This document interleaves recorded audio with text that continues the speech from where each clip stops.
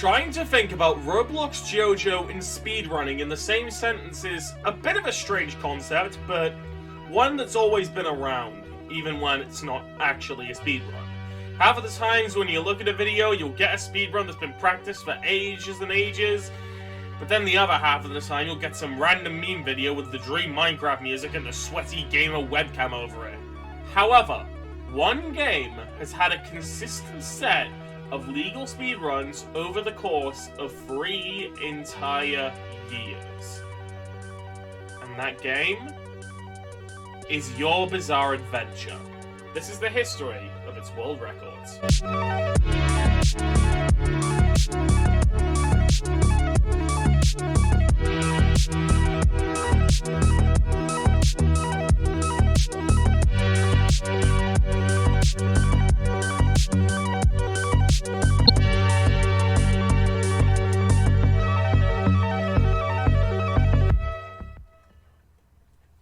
If you want to know the actual history of YBA before watching this, there are a lot more videos that explain it far better than I could. Though, the one I personally recommend to watch if you want an accurate history for the game up to the Stone 3 update is The Rise, Fall, and Rise Again of YBA. Ever since the game first came out and people went through the new and intriguing storyline, which was actually a very original concept back in 2020, people almost immediately wanted to speedrun it. However, quite a lot of runs that were done in the earlier days of YBA speedrunning didn't take into consideration a lot of the rules we have nowadays. So, those we'll discuss later, along with different categories which we'll save for future videos. For now though, let's talk about the first legal storyline speedrun of YBA. Uploaded on December 20th, 2020. A runner named Butterfree FTW, which comes in at just over 2 hours. Now, I know what you're thinking. 2 hours? That's crazy long for YBA's storyline. And yes it is. Though, before we laugh at the run's absurdly long time anymore, let's take this opportunity to explain how the actual speedrun goes. You start out with a quest from Giorno instructing you to kill 5 security guards so that he can get away with a stolen suitcase. And then you're given a stand arrow.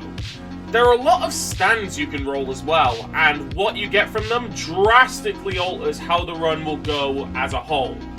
Butter wasn't exactly the most experienced player in YBA, and also had really bad luck in the beginning of the run, getting Hermit Purple from their first arrow. Where, even though the stand is actually pretty good for speedrunning, it's brutally difficult thanks to the lack of a barrage, which we'll get to later. So, in the early era of YBA speedrunning, people didn't really know how to use it. From there, you're requested to return the suitcase to Koichi, who then asks you to thank the person who stole it, which is Giorno. After that's completed, Giorno tells you that after ordering you to kill some of the police, he was ratted out and now a gang member wants his head. From there, you're tasked with facing the first boss, Leaky Eye Luca. He's not particularly strong, though one annoying thing about him is that he blocks far more than most other bosses in the game, and it can be pretty annoying to deal with if you don't have a barrage. After taking out Luca, then Giorno tells you that Bucciarati also wants his head, and shows you where to fight him. Bucciarati also isn't that tricky of a boss, considering that his heavy punch is one of the easiest parries in the entire game. However, it's worth mentioning that after killing Bucciarati comes a trick that was even common in early runs of the game: the reset. In a lot of instances, using Roblox's in-game feature to kill your character is faster than just running towards the location you need to go. However, YBA also has 3 different spawn points that it can place the player at, and in most cases, one of them is drastically faster than the other 2, or at least 2 of them are a lot quicker than one of them, which leads to an RNG gate of a 1 in 3 chance every time you want to reset. Butter ended up getting a good respawn on his first reset. After beating that, begins the Meet the Crew arc, where you're tasked with walking to all the different gang members and meeting them so that you can be more well acquainted with them. This also gives you ample time to pick up any items you find along the way, which will be very important for later. And also for one of the gang members, Meester, there's a troll to prevent any players whose brains are AFK. As when Meester asks you what 2 + 2 is, if you answer 4, he kills you right there on the spot.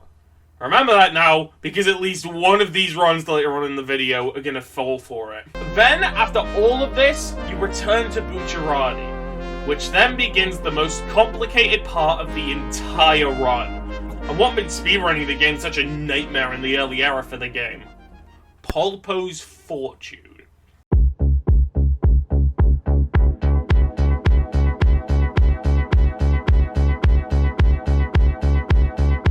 In this section, you're tasked with getting a hold of $5,000 as a part of the main quest.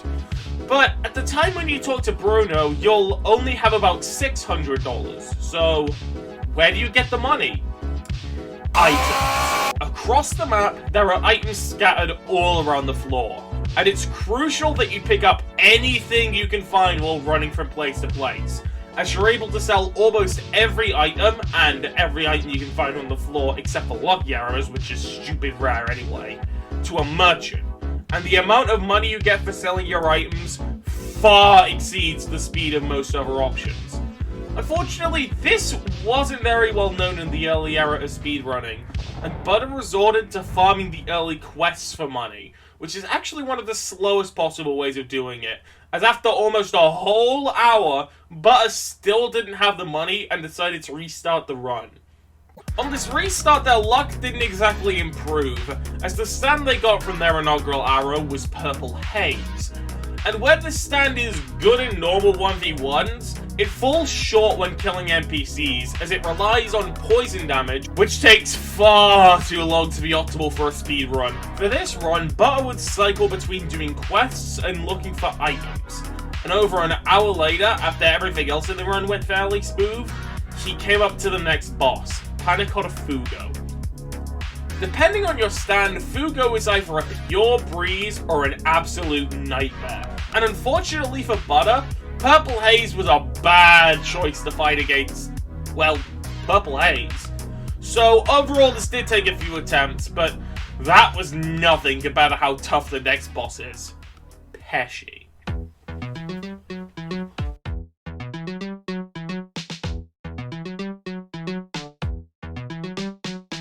Pesci is the hardest boss in story mode, and technically it's the only boss outside of Luca not to have a barrage, so what makes him so tough? Well, not only are most of his moves uncancelable knockdowns that can drain your health in seconds, but he also has extremely long-range attacks which can link you into his projectiles extremely easily. Not to mention how little his animations head towards what he's doing. Not having a barrage for this fight is what makes doing the storyline with Hermit Purple so hard. Not to mention that if you lost to Pesci, walking back to him took over a minute.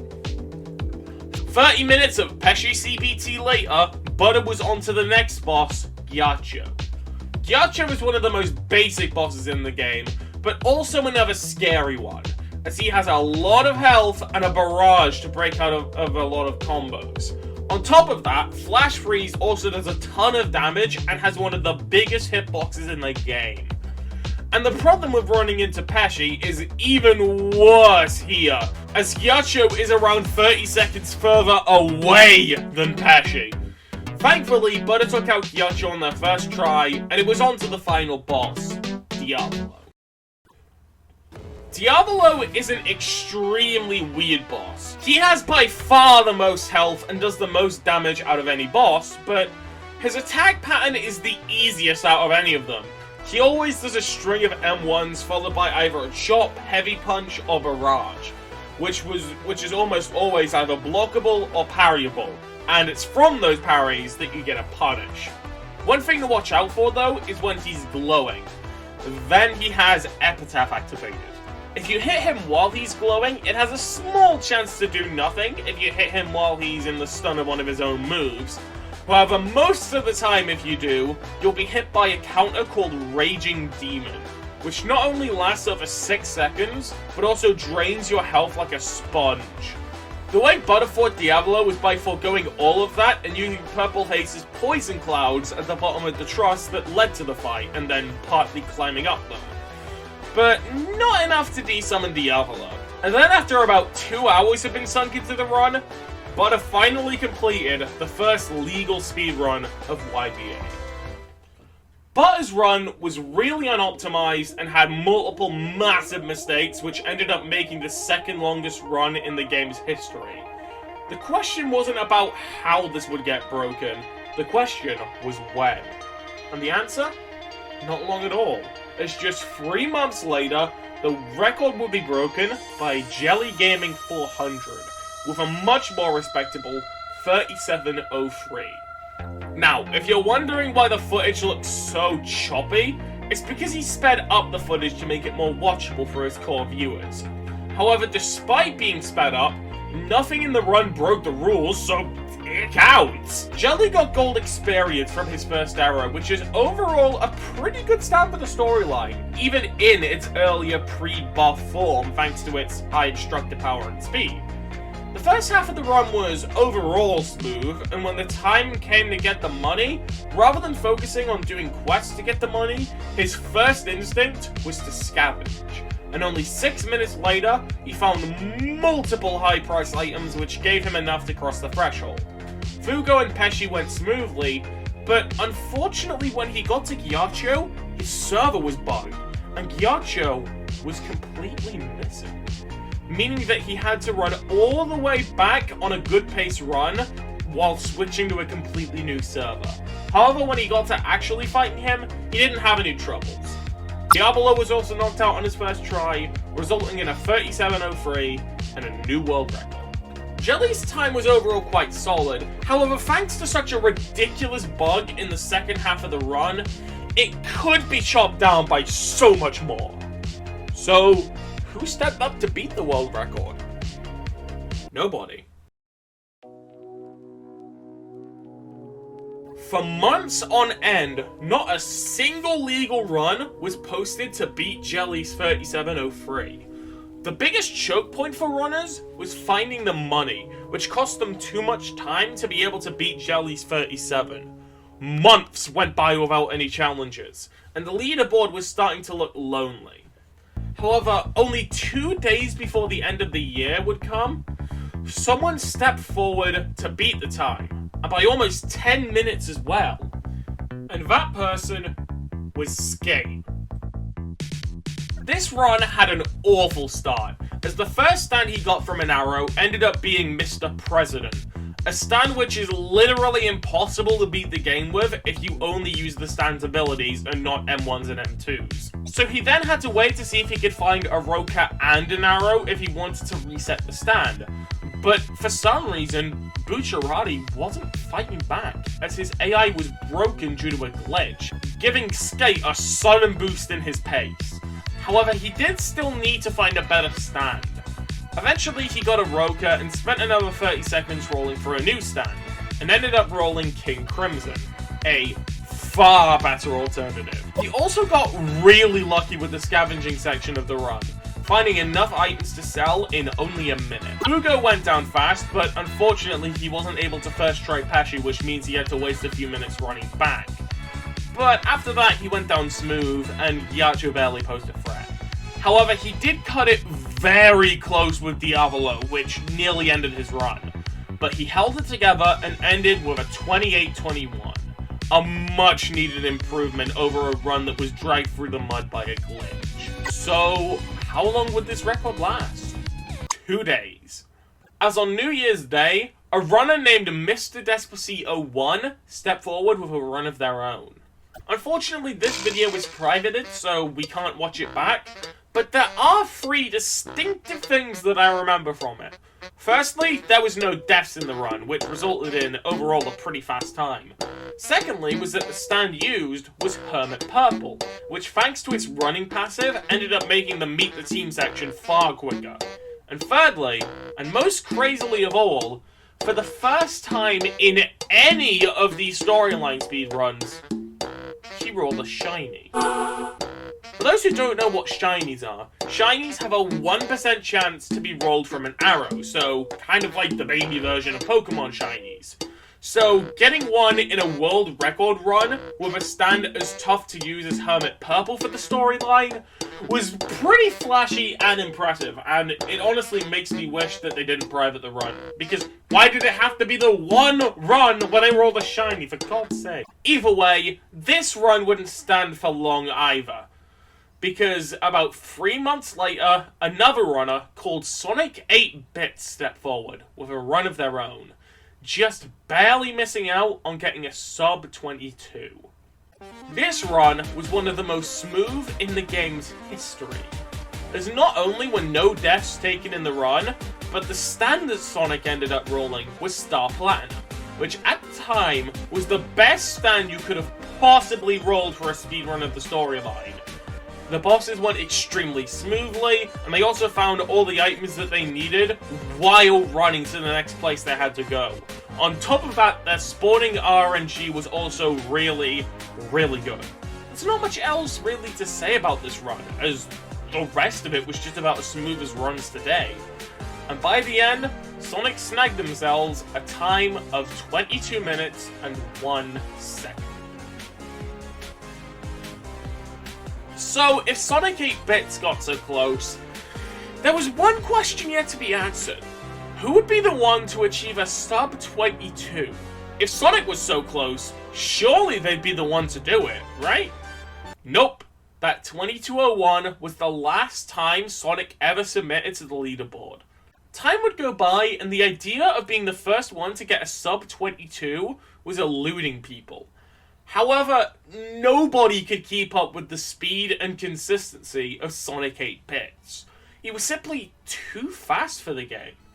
So if Sonic was so fast, why isn't that where the record stands today? Because only a few months later, on the 1st of July, the game got faster for him.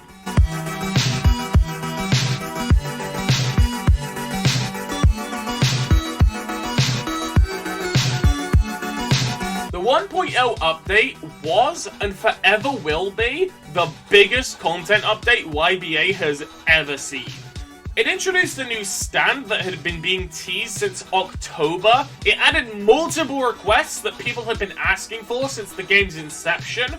But there were 2 changes in particular that we really care about.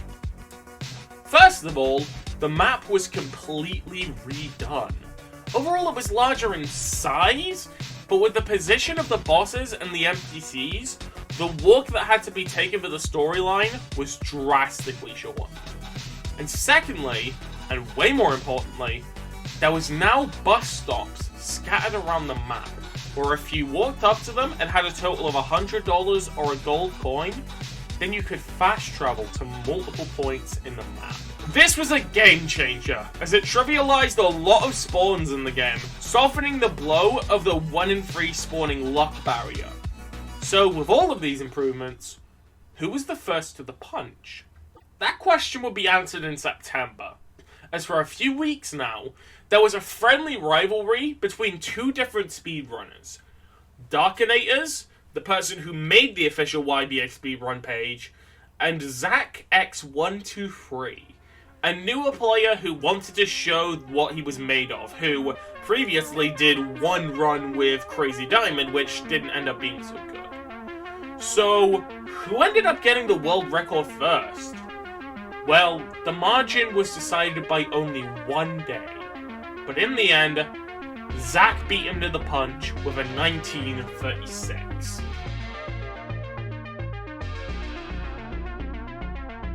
The first section with the guards was far faster than in Sonic's run, thanks to the bundling of the guards together. So, after getting the momentum by being ahead, Zach rolled his arrow and got King Crimson, which has already been proven to be a world record winning stand. Another thing to note was that Zach was doing this in a public server. Private servers are almost always recommended to do speedruns in, as YBA's public servers can often be a very hostile environment. And even if just one person decides that they want to kill you, or even worse, damage the boss you're fighting to invalidate the run, then you've got to start all over again despite how good that run may have been.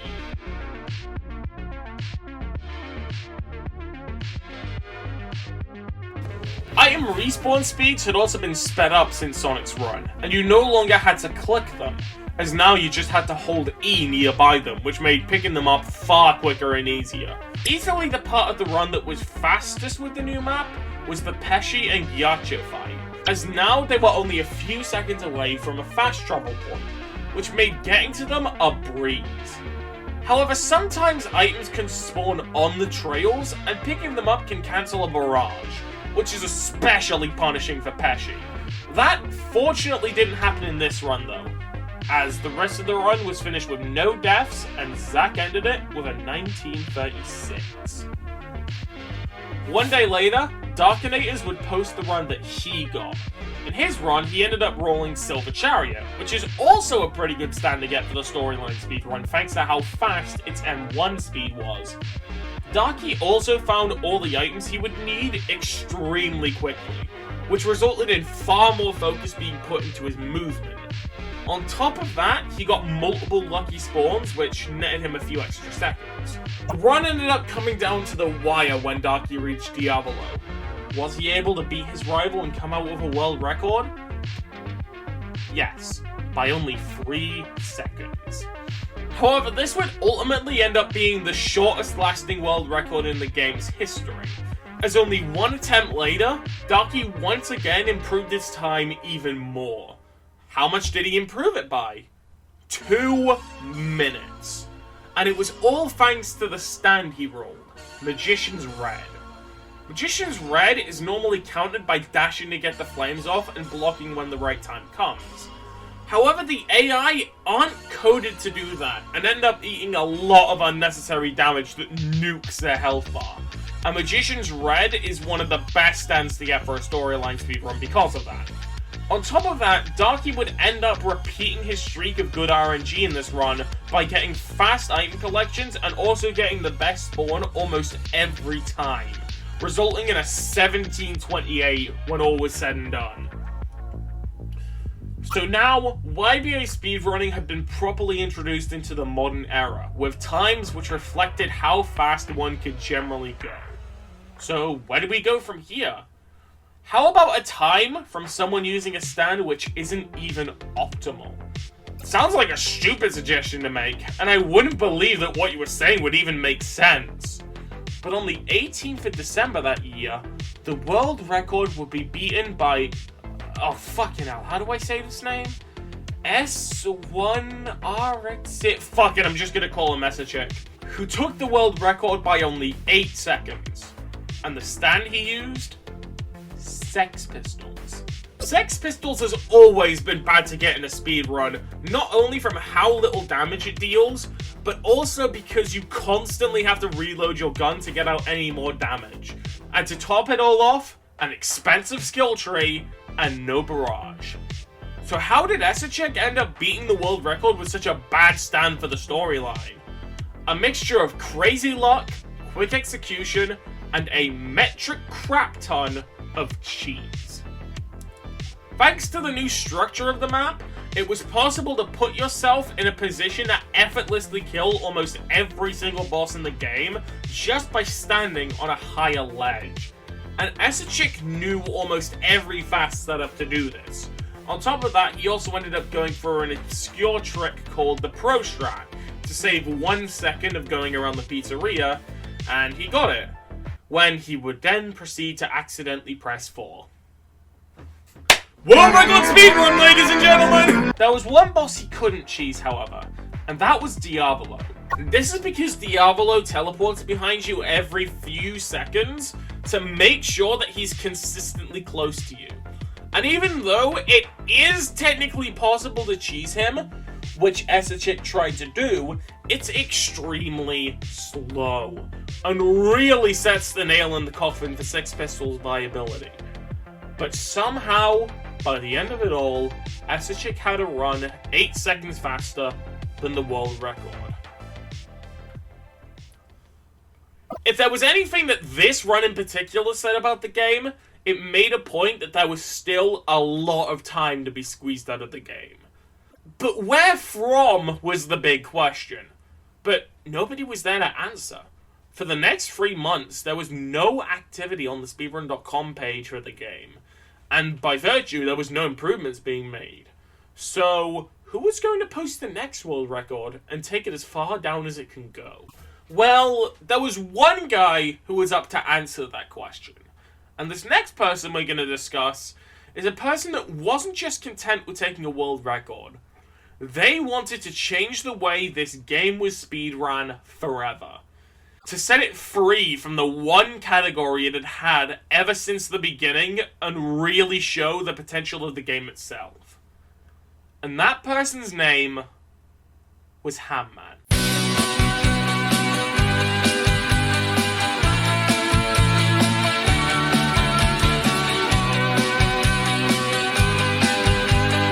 But first of all, a little backstory. Hamm thought that the idea of speedrunning YBA had a lot of potential, but then when he went to see what the speedrun.com page for the game looked like, so Hamm hatched a plan to try and change that. The first thing he thought would make a good speedrun was the Whitesnake quest to get the green baby, as you can do that on any account, and all you need is a single item from the start of it, which is a fairly common spawn anyway. So, behind the scenes, he got to work on a speedrun for the game in secret, and sent a message about it to the only moderator for the game, Darkinated. And the decision to make Hamm a moderator was the blueprint. And now it was time for Hamm to act. Almost immediately he added new categories, which initially consisted of doing the storyline for prestiges higher than just 0, killing all the bosses, individual categories for each boss, and even speedruns for wiping Steel Borer. And from here, he then went back to every single old YouTube video that featured a YBA speedrun, and then he put them into the leaderboards according to the new legal rules. But all of this editing of the legal runs made Hamm want to have a crack at the big one. The storyline speedrun for fresh accounts. So, after waiting for a collection of alts to be ready, he began a run. He rolled his arrow and ended up getting Red Hot Chili Pepper, an obscure stand which just so happened to have everything you need for a good run. A way to go faster in the running segments thanks to his faster dashes, great damage without needing to invest in destructive power, and a pilot, which made Pesci and Ghiaccio an absolute breeze. However, when he got to Diavolo, he lost far more health than he was comfortable with, while Diavolo was also on the wire. And with the world record pace run on his hands, it was going to be close.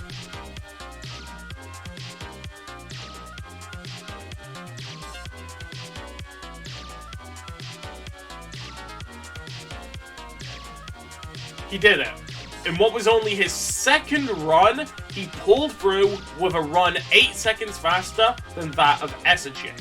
A world record within only his second legit attempt. At least, that's what everyone thought. A few days after the run was posted, Hamm Mann made a comment on Esachik's run to say that he now had the world record, to which then he received a really ominous reply. I know a man who speedrun YBA for 1624. The next reply after that was a link.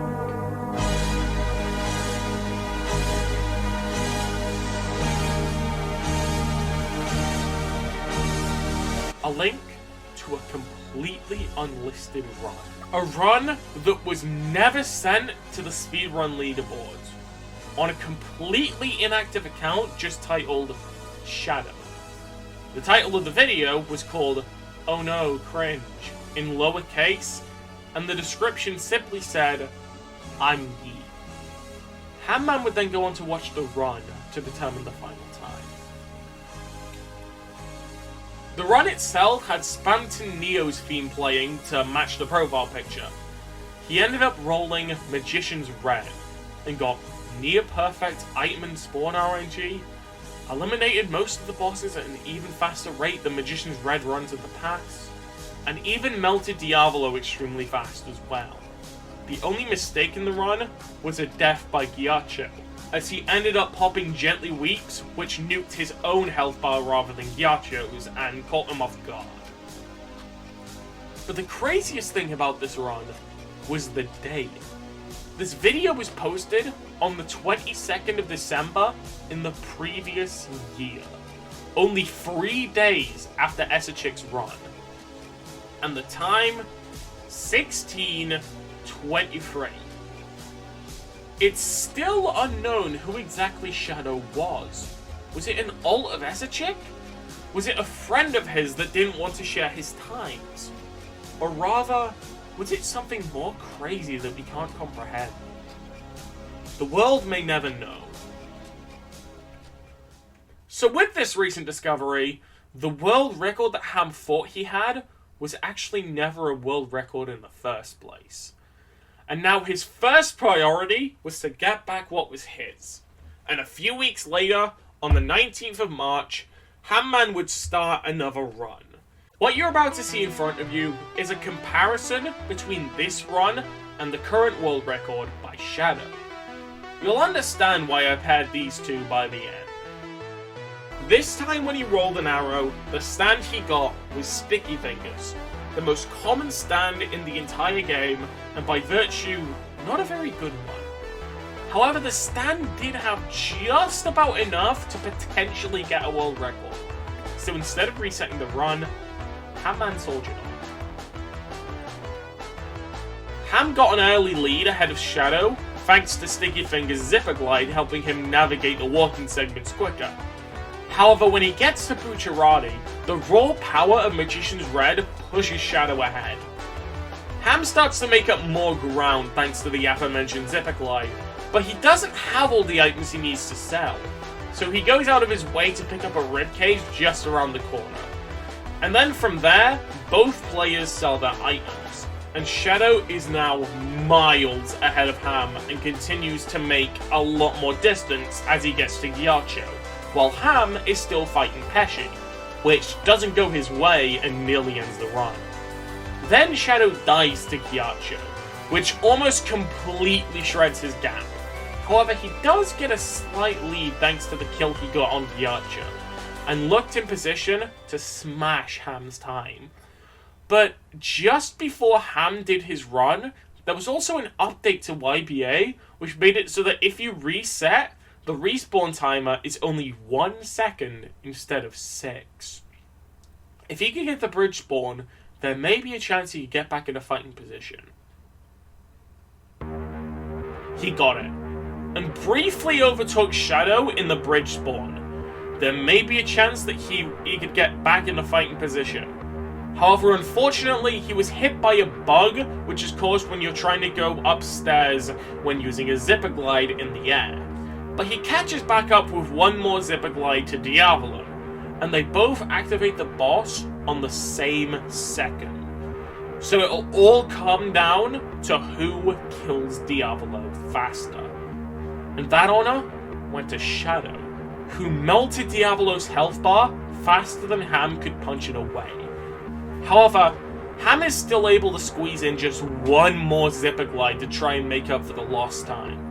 And when all's said and done, they talk to Giorno only 9 frames apart. This run that's only held on to world record pace by a thread now, approaching the final text string, was less than a third of a second behind.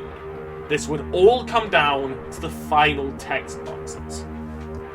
And with Shadow spamming the button like it's no tomorrow, it seemed like a done deal.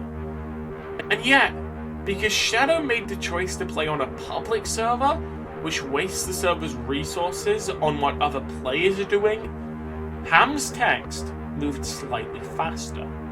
However, the times for the category round by the second, but after being so many frames back, was it enough?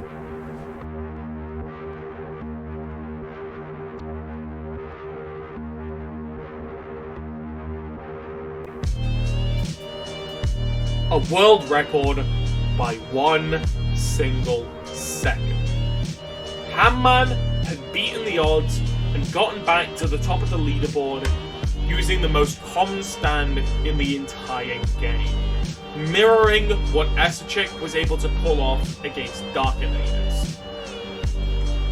But that begs the question, what would a run of his look like with the best stand? Ever since the now ancient run of Sonic 8-bits, the owner of that title is no longer Star Platinum, but instead the more recently reworked White Album. However, up until this point, nobody had ever got a speedrun with the reworked White Album yet, so who knows how long it would take to show up.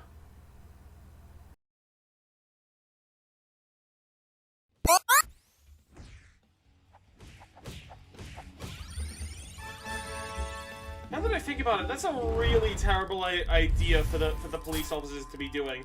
Oh, we see someone trying to beat us up. How do we stop them? Just smack the goofy out of them. Like that does not sound like a good idea. No wonder so many of the Naples police are corrupt. Yes! Yes! White Album! Let's go! Let's go!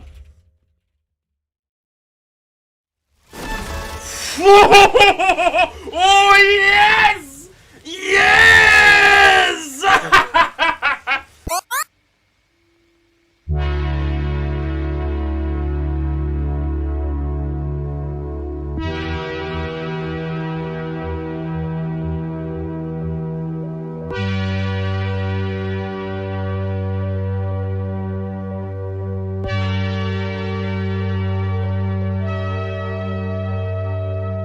Near perfect item RNG, near perfect boss speed, and with one of the best stands in the entire game.